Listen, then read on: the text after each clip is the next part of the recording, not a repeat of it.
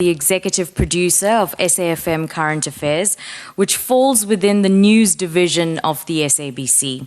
I co-manage a team of producers and senior producers and anchors who collectively produce daily, weekday news and current affairs shows, namely AM Live, Midday Live, and PM Live, and Weekend AM Live, which is the news and current affairs show broadcast on a Saturday and Sunday morning. SAfm is the only English national public service news, information, and talk station in South Africa. As such, we reflect regional, national, and international news stories. Our mandate is to educate, inform, and entertain. But I'm also part of the group that's called the SABC 8, a group of journalists who could no longer accept the unsound editorial decisions taken within the newsrooms at the SABC. At great personal and professional risk, we spoke out in the hopes that the editorial independence and credibility of our newsrooms across the country would be restored.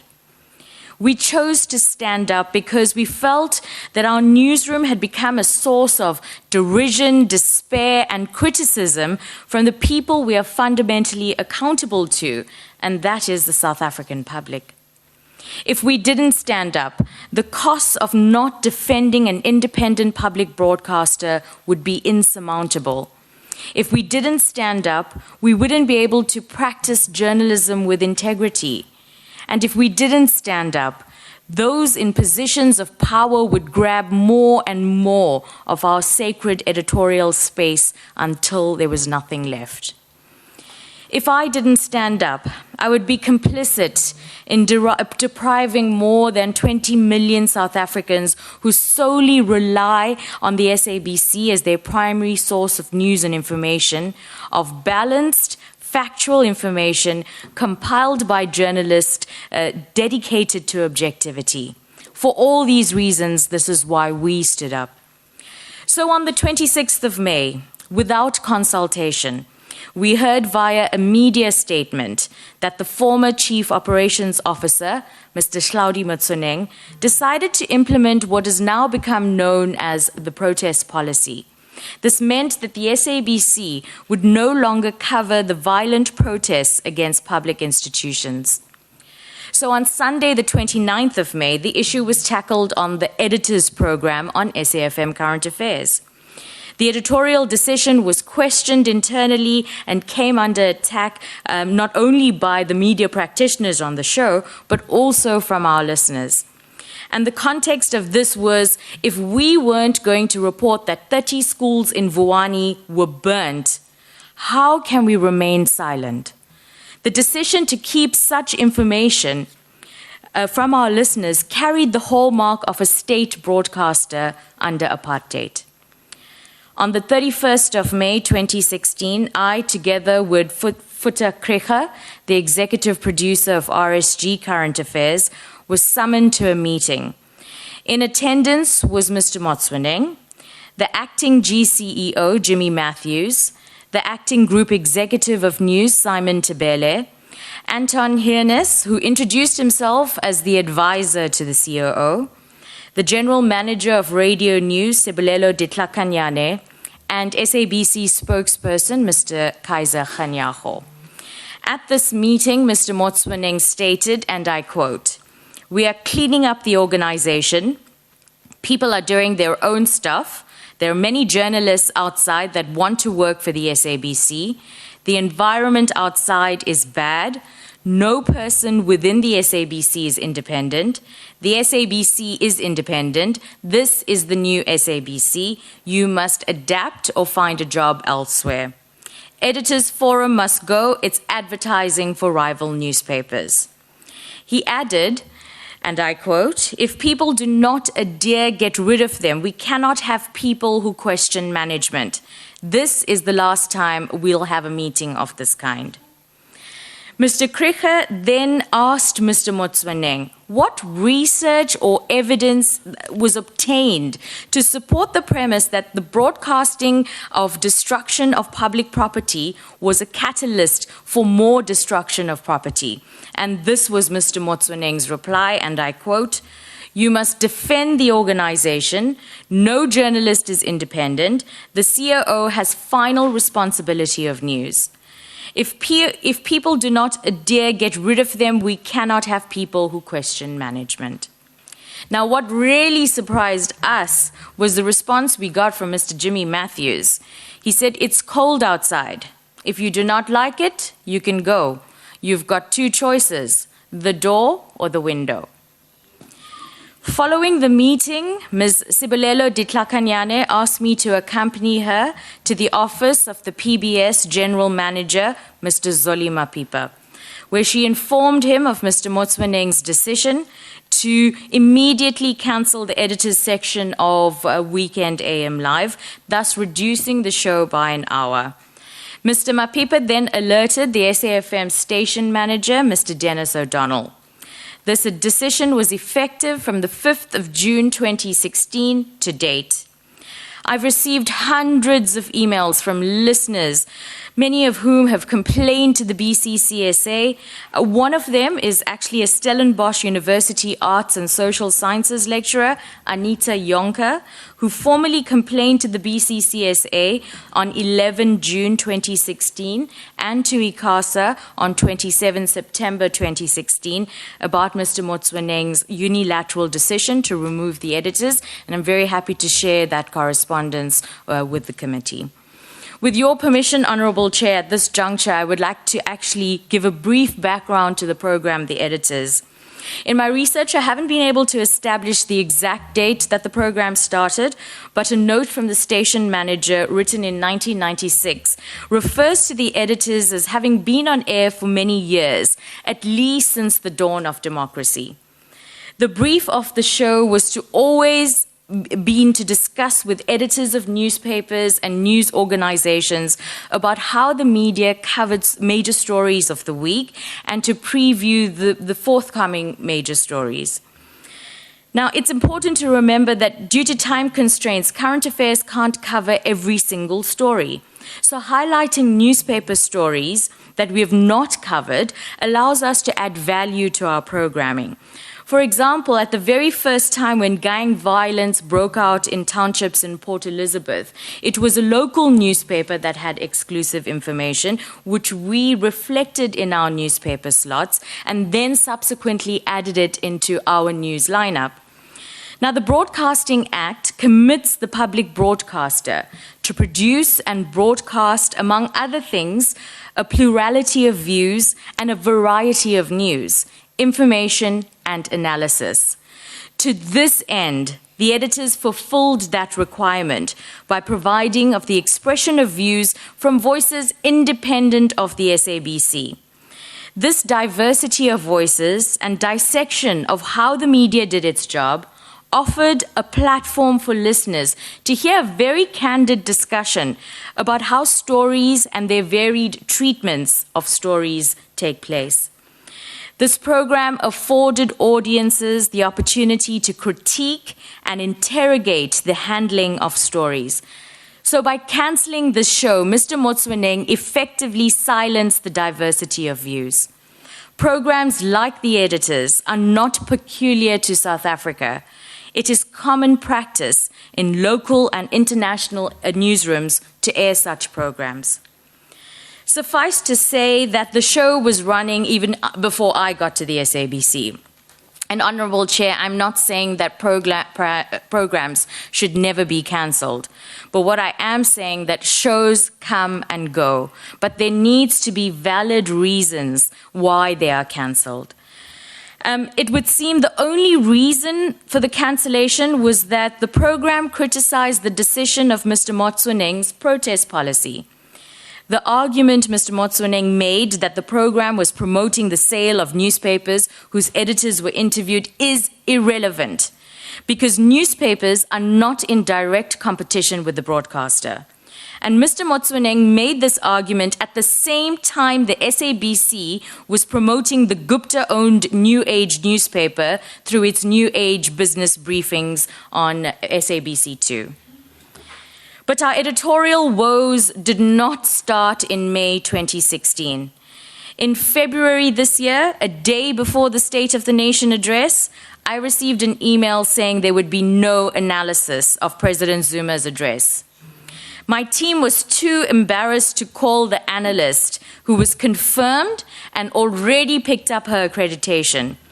I had to make the unfortunate call and cancelled her participation in the outside broadcast. And I registered my dissatisfaction with this decision. I protested to the general manager of Radio News, and her response was, "We had no choice in the matter." This was one of many occasions when I was forbidden to include analysis in my programming. Another such occasion was the 23rd of August, when Parliament's Portfolio Committee on Communications met the SABC board. I was again instructed not to include analysis on that. So go to the 6th and 7th of June 2016. A news workshop was convened in Magaliesburg to discuss the SABC's coverage of the upcoming local government elections. Mr. Krige, Mr. Mvoko, and I were in attendance. And at the workshop, Mr. Motswaneng made the following deeply concerning remarks, and I know this because I was the minute taker. So I quote, "Do not focus on negative stories. Reporters at the SABC do not know the world. When they report, they mislead listeners. Today, I'm going to talk to the press club. To all editors, I'm going to tell them that they cannot try to influence the SABC. I'm going to tell them they cannot tell us what to do. Look at your editorial policy. We have removed news and replaced with content. If you, as the SABC, mess up the organization, you mess up your life. I am in charge. News is now part of operations. We change the world. We must have news with content. I am in charge. You must adhere to my instruction. President Zuma is the president of the country.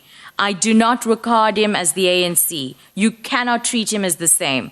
We will give him more time. And you can question everyone, Mantashe, etc., except our president. We need to respect him, especially you, SABC. I expect you all to align with my instruction," unquote. I've been a journalist for 16 years. 12 of those years have been at the public broadcaster, and never before have I experienced such political, editorial interference and deliberate manipulation of news content. And most concerning was the timing of these decisions, which came merely weeks before the local government elections. 2 weeks later, on the 23rd of June 2016, after debating the merits of the protest policy at the National Radio Daily Conference, my colleagues, Mrs. Tandeka Gubule Mbeki, Mr. Futa Krige, and Ms. Suna Fenter were suspended.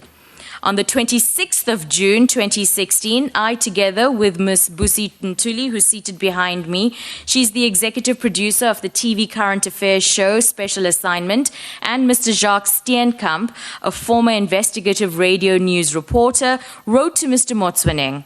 In that correspondence, we registered our displeasure and increasing concern about the developments in our newsrooms. Our letter referred to, in particular, the developments in the last 2 weeks of May 2016, where erroneous and unlawful editorial decisions heightened a sense of fear amongst our staff. The three of us expressed our disappointment that although the news conference should be a space for editorial engagement, debate, and the usual contestation of ideas, journalists were suppressing their views. They were becoming afraid to frankly discuss their views, which had a direct impact on the SABC's ability to comply with the Broadcasting Act. In addition, the decision to move the newspaper slots from AM Live and the editor's program from Weekend AM Live amounted to what I considered, and the three of us, political censorship and favoring a group within the African National Congress. We believed that the Southern decisions contradicted our governing policies and legislation, namely the SABC Editorial Code, the South African Broadcasting Act, and the South African Constitution. As journalists, we need to take seriously our obligations in terms of the policies of the SABC. It's a public institution which is important for the promotion of our democracy. We felt aggrieved because the decisions taken tainted the image of our institution and our journalistic integrity, and continues to be compromised by unconstitutional pronouncements that erode the credibility of the SABC and the journalists. In that letter, we voiced our disagreement with the suspension of our colleagues who are merely expressing their right to freedom of expression by simply debating and assessing the newsworthiness of events as expected. So consequently, we viewed those suspensions as acts of victimization. We were shocked by these pronouncements that fundamentally deprive the public of the right to know the whole story about developments in their communities and to display such stories in a responsible manner as per ICASA and BCCSA requirements. These pronouncements effectively render our newsrooms incapable of providing compelling audio and visual content that educate and inform the public and to disseminate balanced and accurate information. The omission of relevant audiovisual content and analysis is tantamount to propaganda. Ms. Ntuli, Mr. Steenkamp, and I requested an urgent meeting with Mr. Motsoeneng to discuss our concerns in the hope of a resolution. Our primary interest in sending this letter was to find some kind of solution. We hoped that the meeting would also reinstate the editor's program and the newspaper slots to restore our public image and uphold our integrity in the eyes of those we are meant to serve. We did not get a response to that letter, a request for a meeting. Instead, we received letters of disciplinary hearings and then we were subsequently dismissed. Despite our win at the Labour Court and reinstatement on the 27th of July 2016, we've had to endure much criticism from those who've benefited from the Motsoeneng regime and implemented his unlawful instructions. Some of our colleagues said we were grandstanding. External musicians accused us of being against transformation. As recently as last week, the acting GCEO, Mr. James Aguma, told the media that we were merely discontented journalists. It's been a tough time for the SABC 8. The stress of the events has taken a personal toll on each of us, most especially Suna Venter and Futa Krige. But we remain resolute and committed to this cause. Suna, in particular, is the youngest amongst us, but her strength and bravery, despite the threats, is a promising sign for journalism of our future. In our industry, it takes years for journalists to win the respect of fellow journalists and the public we serve. When audiences tune in, it's a sign that they trust in our news gathering process because we've gone about it with integrity and in good faith. Now, Mr. Motsoeneng's unlawful and unsound editorial directives have raged against that, hurting our news delivery and causing severe reputational damage to our credibility as individuals. To me, it was personally damaging and painful that the editors and the newspaper slot was canned under my watch. And on a most personal level, it's been a very trying time for me at the public broadcaster because as a journalist, one must always be driven by conscience. That is why I could no longer remain silent, no matter the consequences. There are many at the corporation who find themselves similarly compromised, and yet they still try to do their jobs to the best of their ability under trying circumstances every day. Mr. Motsoeneng's instructions to me went directly against the International Journalism Code of Conduct, the Editorial Code of the SABC, and the legally binding documents of the South African Constitution and the Broadcasting Act, and and my own personal values. These instructions by Mr. Motswaneng have created a rift between us in the office, between those who want to adhere to the Broadcasting Act and then those who fear losing their jobs. So a lot has been made about us, the SABC 8, but we are only 8 among hundreds of journalists, producers, anchors, technical staff, cameramen and women, editors, logistic and admin staff at SABC News who remain loyal to the brand of SABC News and, in turn, the South African public.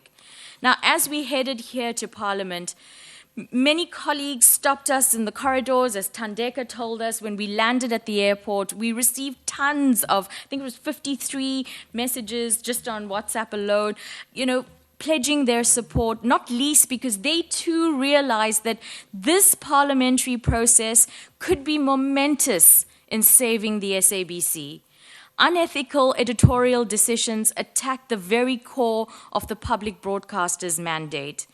They have robbed the public of the right to access uncensored information and undermined our right to do our jobs.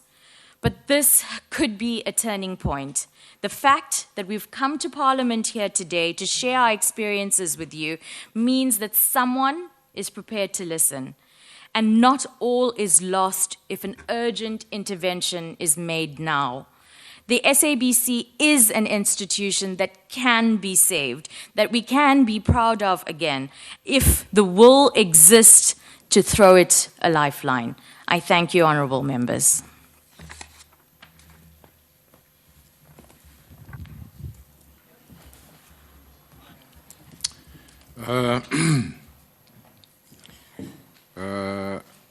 Tandeka and Krivani, on behalf of every member of this committee here, and I think on behalf of many South Africans, please accept our apologies for what you went through. I think we collectively salute your courage and thank you for coming to appear before us, even in the face of all those challenges. Thank you very much. I shall open up to members. We had indicated that we'll start with you, Honourable Chauke. Your 5 minutes starts now, and we'll end with you, Honourable Mokoena. And thereafter, the second group will join us after a few minutes of a leg break. We are running late, as I indicated earlier on, honourable members, but you'll all have your 5 minutes. Honourable Chauke. No, thank you very much, Chairperson. It's one area that in the last 22 years, obvious, of my work doing oversight, I have never come across such a kind of a situation where you can see the collapse of democracy in our watch. But nonetheless, it's a painful situation, but I take it from the point that the chair has sort of calmed you down a little bit. In your presentation, you have not made mention of the board of SABC, both of presentations. Maybe I want to hear from you as to what has been the role of the board with all of this frustrations, interference, intimidation, threats, and all of that. What has been the role of the board there? Maybe I can start with that one first. The board is obliged and it's duty-bound and it's supposed by law to take care of the independence of the newsroom. The board has failed dismally in this respect. Under the leadership and the chairmanship of Mrs. Ellen Chabalala, I had one night, a harrowing night. Brian Molife, who was then head of Transnet, came to the newsroom for an interview. He was asked normal journalistic questions by an anchor reporting to me, Ms. Frances Hurd. These questions related to the purchase of locomotives by Transnet. And she asked him normal questions that he could have anticipated and that were in the public domain. Instead, an altercation happened on air where he was extremely aggrieved. We had to come out of that interview elegantly, and when we stood down, he left the building. I was home, and I was called back to the office. I was called by my relatives, my best friend, the minister's brother, to come back to the office because whatever I have done to anger Mr. Molefe, I would be advised to stop it. I returned to the office, and the security guards at the gates downstairs were shivering, and they said, "Thandeka, is that your guest?" And I said, I understand I have a guest here tonight. It turned out Mr. Molefe was waiting for us in the upstairs visitors' waiting room. He had his finger in Frances Heard's face, and he was asking her if it's the shape of his nose that warranted such a line of questioning. I then said to him that Francis had asked perfectly legitimate questions that he could have anticipated. He was in the company of a gentleman, young man called Sibonelo Sigonyela. Mr. Molefe then said, "We must go and see Sis Ellen," as he put it. And I said, "Who is that?" He said, "Don't you know your chairman? Come, and we need to go upstairs to the 27th floor, to whichever floor she was on. It was very high. For the first time, I didn't use my entrance thing to buzz in. The gate simply opened, and I was escorted with his bodyguards and his people to that high office. Before going there, I had phoned Jimmy Matthews to say, "I'm now being taken to the chairman's office. What is your comment? Because I can't go to the chairman jumping over a whole number of hurdles." He said, "Well, go and let me know." And when I arrived there, the secretary of the board of the SABC was there. She's the same secretary who's still secretary of the board now. The entire evening was an assault on journalism and on myself. I was told by Mr. Sigonyela, who's my former student from Rhodes, and by Mr. Molefe and the chairman of the board, that we think we are gods. We think we can question anybody, and that I should sanction, gag, or discipline or fire Frances. I said I will do no such. She's a highly trained MBA qualified journalist. I would neither gag her, nor discipline her, nor prevent her from doing her work. It was a long night. We left there very late. And what I can just say for sure is that neither the chairman nor Mr. Molefe distinguished themselves that night and declared themselves enemies of journalism. Another incident involved the chairman at what we call rediffusions. It was Chairman Ellen Chabalala. She told us at that rediffusion, every SMS, every email, every phone call, we're listening. This is a national key point. Now, how are we supposed to conduct journalism for anonymous sources? How are we supposed to protect the integrity and the sanctity of our sources as journalists under those circumstances? But this, she told us at a rediffusion.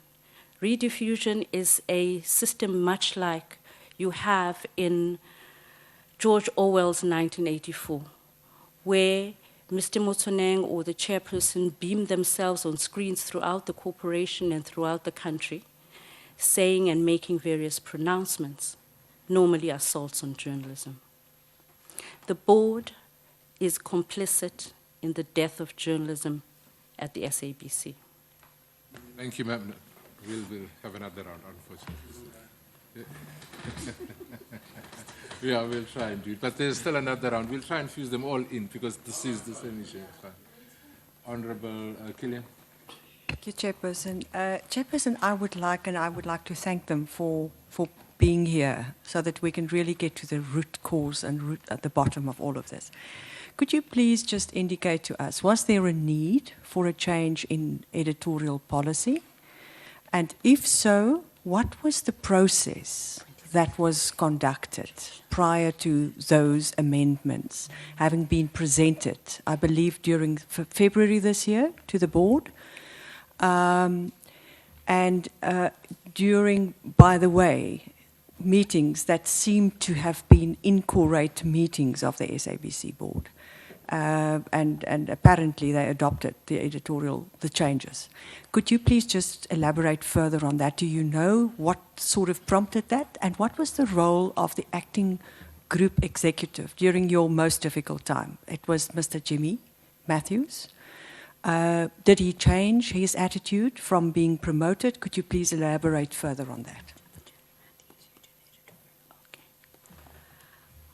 Let me speak to the editorial policy of 2016. It's our recommendation as journalists, representing hundreds of other journalists in the newsroom, that the editorial policy of 2016 is unlawful. It was unlawfully adopted. Its procedures circumvented many discussions. And in fact, Honorable Killian, with respect, we should be asking you, what happened to the process? We should be asking Parliament, because every policy of that kind needs to come past Parliament. And it has to pass muster here with the representatives of the South African people prior to it being given the stamp of approval by the board and all others, and given to us to execute as policy. Now, the editorial policy of 2016 is flawed in 4 significant ways, and I'll be brief. The first way in which it is flawed is that it replaces news with content. What is content? I can't, for the likes of me, and I've taught journalism a lot throughout the years, I can't understand what content is. News, I know, and news is what journalists do. Content, maybe it's for entertainers and, Isidingo and generations and so on. So we don't understand what content is. And what is the role of content in an editorial policy? So that's highly inappropriate in the first place. So it means that it kills journalism, basically, this editorial policy. The second thing is, there is, at the heart of this editorial policy of 2016, a referral upwards. And that referral upwards installs Mr. Motsoeneng, as he put it, as the alpha and the omega.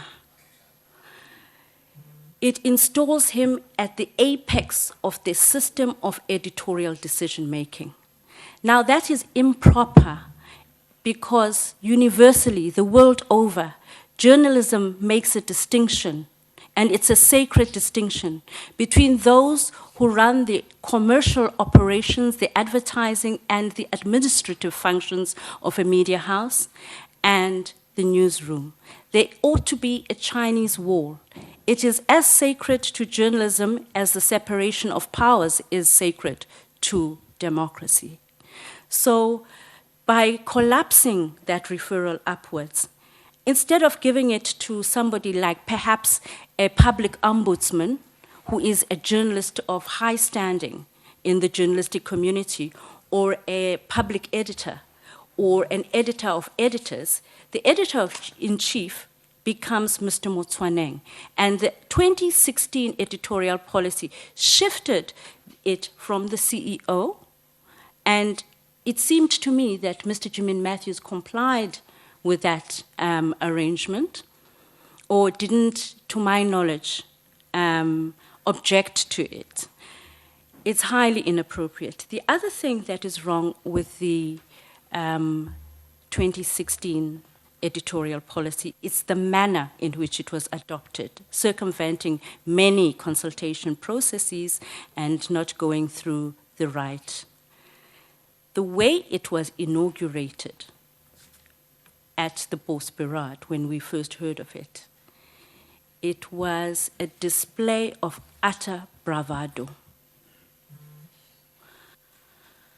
This is not a policy for journalists to be proud of or to adhere to. It must be struck down. It's unconstitutional and it's improper. Thank you very much, ma'am. Members, let me just warn you, you're going to have only one bite at the cherry. So choose your questions. I don't think you're going to put two questions in. Honorable Loliwe. Thanks, Chair. Ms. Kubule, I just want us to go to page 11 of your presentation. It talks to the appointment of Ms. Nothando Maseko, where it is said that it was part of transformation initiative to empower women. In the previous witness we had before you, there was a saying where Mr. Cloud was quoted as saying he can't be told what to do by a woman. What is your understanding of his stance against women?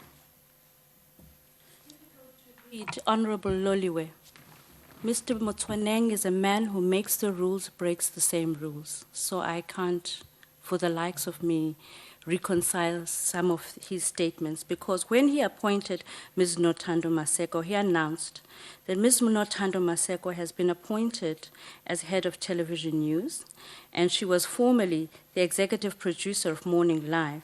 He said Ms. Maseko will also be an understudy to Mr. Matthews to take over the role from him when he leaves. He also expressed his happiness and pride that he had appointed to senior roles several women. I hope you leave the document you have promised, because you have a note there which is saying document attached. The second area I want us to go to is on page 12, bullet number 4 of your recommendations, where you are saying the possible appointment of a news ombuds who will defend the newsroom, blah, blah, blah. What is it that the current one is not doing, which needs his or her replacement? Honorable Loliwe, thank you for the question. There is no news ombudsman inside the corporation. The news ombudsman idea as a recommendation arose out of research that we, as the SABC 8, conducted and discussions that we've had with journalists from other countries about how to protect and ruggedize a newsroom and solidify it from political interference. We brought it here as a recommendation that may work, as many across the world have tried.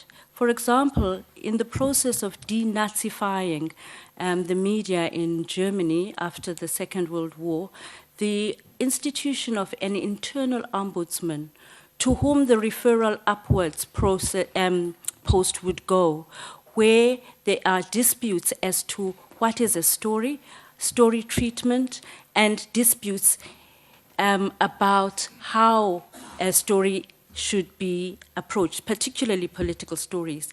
The ombudsman, ma'am, is there to guard against bias and to ensure that news is balanced and fair. The ombudsman is normally an individual who is beyond reproach, much like the public protector is to those aggrieved by mistreatment or maladministration in the public sector or by public institutions. The ombudsman is the editor of all editors. It's to him or her that we go in cases of dispute. And the ombudsman often is a journalist of high standing and can be an ex officio member of the board, can participate in the ethics and social committee of the board, and also can be appointed transparently. This would help in a highly polarized newsroom such as ours. It's our humble submission. We are uncertain as to whether it's appropriate for us to make this submission, but it is our contribution perhaps to the solutions, having traveled this journey that we've traveled. Thank you very much. Unfortunately, Honorable Koza. Chair, thank you very much. Madam Qobule Mpeki and Pillay, first of all, I want to say you are phenomenal women indeed, and I'm very proud of you for being courageous. And as a member of the African National Congress, I want to tell you that I'm appalled and extremely horrified to hear what you've just taken us through. Having said that, I just want to know from you, where do you think, or do you feel that you were failed by the board, the minister, and the portfolio committee in terms of this degeneration of governance at SABC to a point where we deprived our people or we stunted our people? Because I believe strongly that if you are going to come up with these kinds of policies, you are actually stunting our people and prohibiting them to graduate to the next level that is envisaged by this democracy. Honourable Khoza, I'll take that question. Yes to all of your questions. Parliament let us down. The board let us down. The minister let us down. Our acting GCO at the time, Jimmy Matthews, let us down. All of these people sold out journalists and sold out journalism. For example, Mr. Matthews has an illustrious journalism career. He's worked his way up from a cameraman to a reporter to a producer, etc. But when he got to the position of acting GCEO, it was like all of that was out the window, in his words. Take the window or take the door. The minister failed us. She interfered unlawfully. Mr. Motswaneng certainly failed us. It was like he didn't have a clue what was in the Broadcasting Act.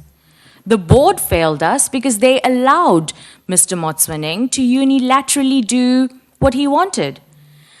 With all due respect, Parliament failed us. On the 23rd of August 2016, members of the Portfolio Committee on Communications sat back and just accepted what the board said. And they called us names in that hearing or in that meeting, and nobody stood up. They called us unethical and they called us liars. We've been through enough already. We're not prepared to put the gauntlet down just yet. We're in for the long haul. But it is now up to you to make the change. We appeal to you. Thank you. Would you then agree that this propagandist approach does not only undermine democracy, but hits directly on the bottom line Oh, of definitely. SABC and Absolutely. its financial sustainability? Thank you, Chair. Thank you. Thank you, Ms. Khoza. Mafanda? Thanks, Chair. I too am extremely appalled by what I've heard. I am very pleased today that the Western Cape High Court has ruled that Mr. Motswaneng cannot return to the SABC. I am equally appalled by the behavior of the Minister of Communications, but because this is an inquisitorial process, I'll reserve my comments about what should happen to her. Now, the GE of news while all of this is happening, it's Sophie Mokoena. Who is it? Simon Tebele. Simon Tebele. So he was part of what I see as a group, an enforcer for Mr. Motswaneng. Who were the other enforcers besides Mr. Tebele? On my part, the other enforcers is the General Manager of Radio News, Ms. Sibulelo de Tlakanyane. On yours, Tandeka? Based on my specific experiences, Ms. Notando Maseko would say things like she doesn't agree with the way we cover the currency, and particularly after 9/12, the Nenengate incident, we had much to discuss, so I would say that she's one of the enforcers. Also, I would put Ms. Sophie Mukwena along. Yes, could you all provide us with the list of those enforcers? I think along with Mr. Motsoneng and everybody else who must be held accountable, I think those enforcers too must be held accountable. And then in terms of the revised editorial policy, were you ever, I needed this to be quite clear, were you ever consulted as news producers, as editors, in it being revised? I returned to the broadcaster after a bit of a break working at other broadcasters. So by the time I had returned, the consultation process was done. So that was February 2015. Can you elaborate from that point onwards? I'm not too certain of the dates, but there was a circular inviting us to comment.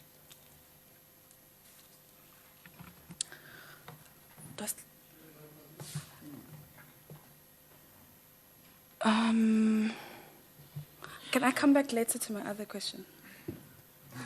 There is no data. That's But there's another, the second round is scheduled. No, Mr. Honorable Masango. Chair, thank you. To Madam Pillay and Kubule, apologies. Well, in your positions, one would assume that you would do some uncovering of persons in your space. Oh, that thing now has started, Chair. And let me just conclude my question. Perhaps when it is fixed, they will respond to the question. Who is Mr. Mtswening? And who is Mr. Aguma?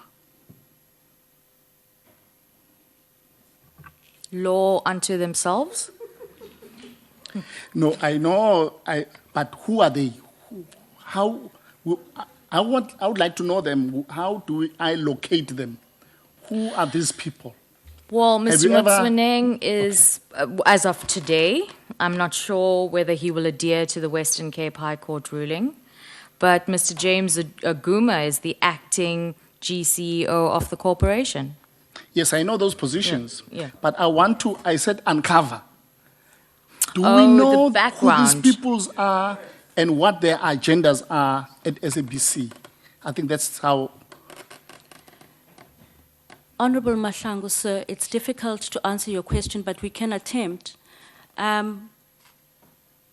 Motsoneng has been in the SABC system for most of his career or all of his career.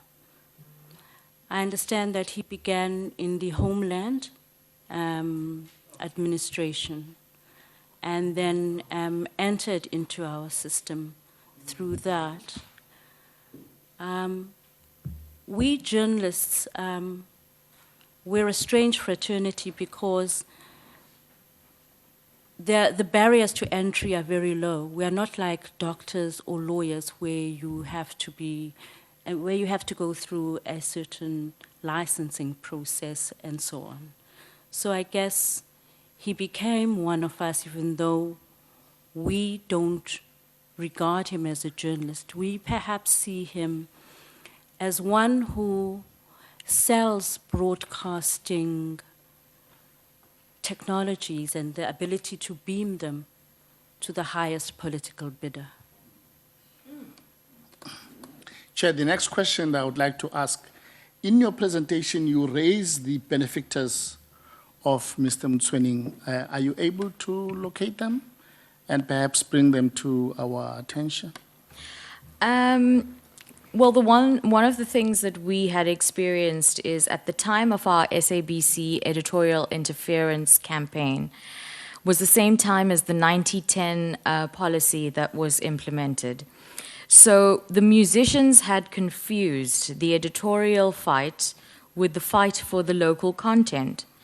So as our fight was unfolding, the musicians held a press briefing not far from the SABC.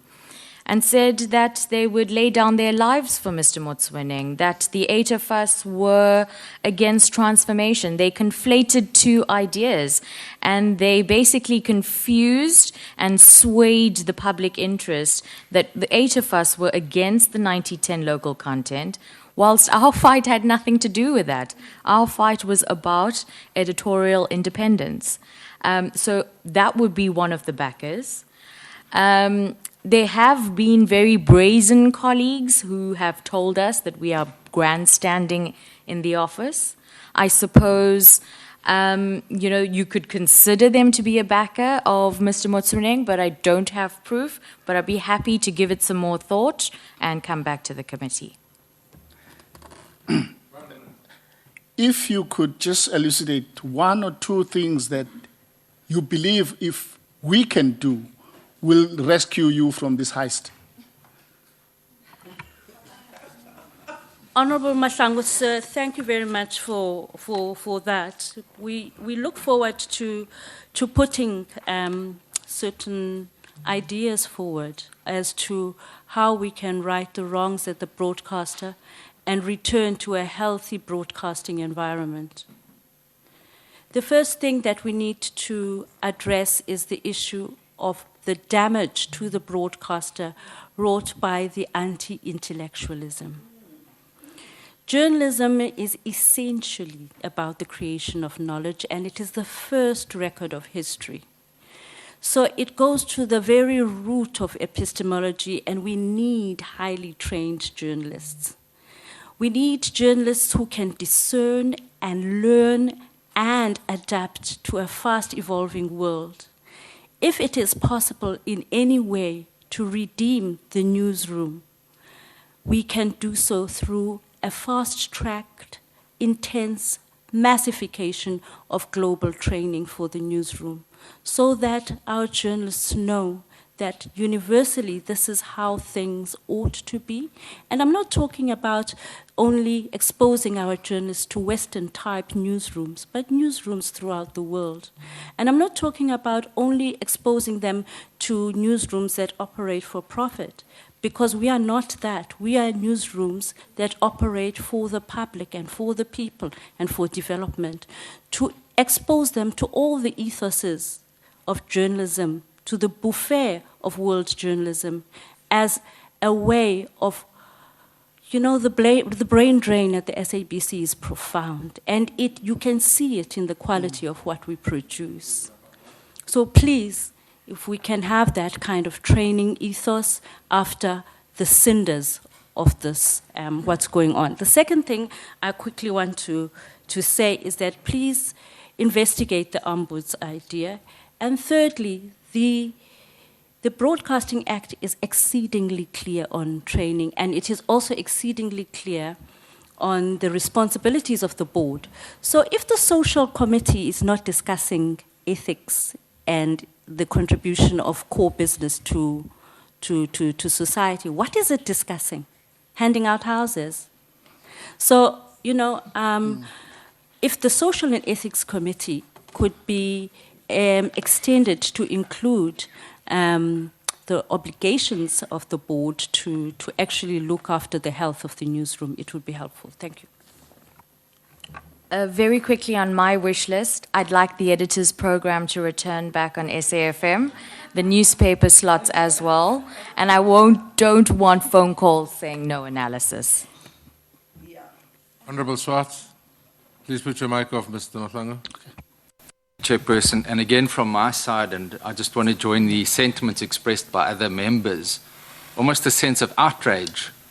We've heard in the newspaper, but to hear it firsthand from you, I'm absolutely appalled at the way you've been treated, the way Mr. Molefe, who gives him the right? Who gives him the right to come to the SABC? Chairperson, this must stop. We as MPs have got to do something about this. We need to hold the minister accountable. We need to hold Mr. Motsoeneng and all senior officials accountable. We owe you an apology. We have erred and not exercised our oversight. that having been said, with the Nenny Gate, what was the direct instruction to you, considering that last year this time our bond market and equities lost 500 billion rand? I'd like you just to clarify that. And then secondly, to help us going forward, the recommendations that you've mentioned are very helpful.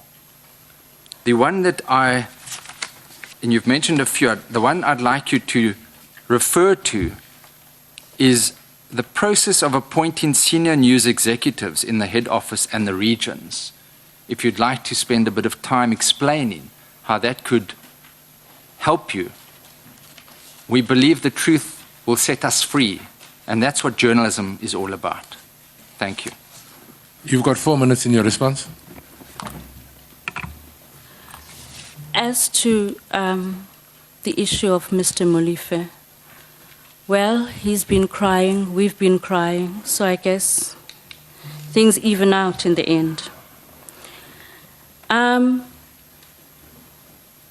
With regards to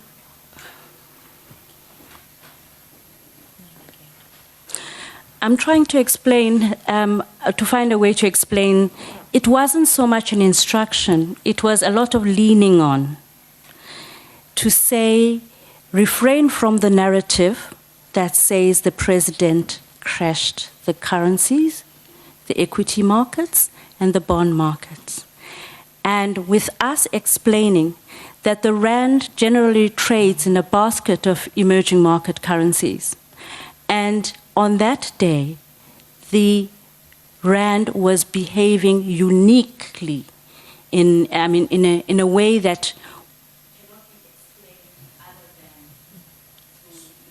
through events. We are cut off. There's something that is not the